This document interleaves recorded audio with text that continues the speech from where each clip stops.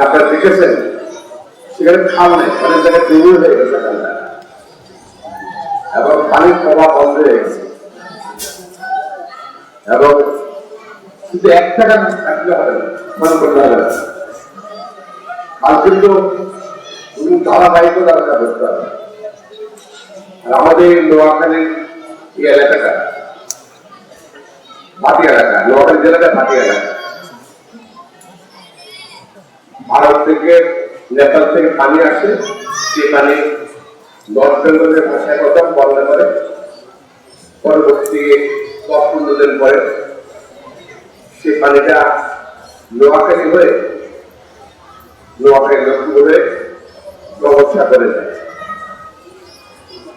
যদি পানি দেওয়ার যদি ব্যবস্থা না থাকে, খাল, বড় খালগুলো, ছোট খালগুলো না থাকে, স্বাভাবিকভাবে জলবাধ্যতা হয়। বন্যার সময় বাড়ি চলে আসে। আমাদের চাকরি স্কুলের পাশে কত বন্যার সময় অভিজ্ঞতা আছে। আর সব জায়গাতে কিন্তু অনেক বন্ধ হয়েছিল, অনেকেই বাড়িঘর থাকতে পারেনি, এত পানি হয়েছে।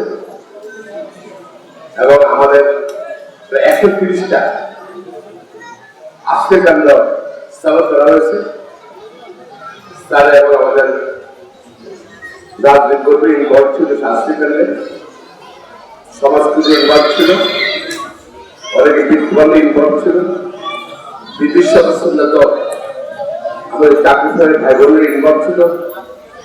131 সাথে আশ্রয় কেন্দ্রে গত বন্যার সময় কোথাও 400-500 লোক হয়েছিল। থাকার ব্যবস্থা করা, খাওয়ার ব্যবস্থা করা, তিনবেলা। এবং আমরা কিন্তু স্থানীয়ভাবে অনেক অবস্থাপন্ন মানুষই কিন্তু রাজনীতি আগিয়ে এসেছিলেন। এখানে বন্যার সময় আমরা মানুষকে মোটামুটি আশ্রয় দিতে, যদি খাল খনন থাকতো, পানি যাওয়ার সুযোগ থাকতো, হয়তো এত বন্যা হচ্ছিল না। খালগুলো আজকে যে খাদ্য খনন করলাম, শুরু করলাম আমরা, এই খাল যদি খনন করা হয়, সকল পানির প্রবাহ ঠিক থাকে, কিন্তু পরিবেশ ঠিক থাকে।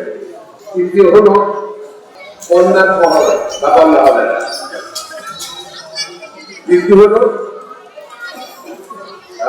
যে পানিতে আশেপাশে যে জমিগুলো আছে সেখানে আমরা আবাদ করতে পারবো, পানির ব্যবহার করতে পারবো।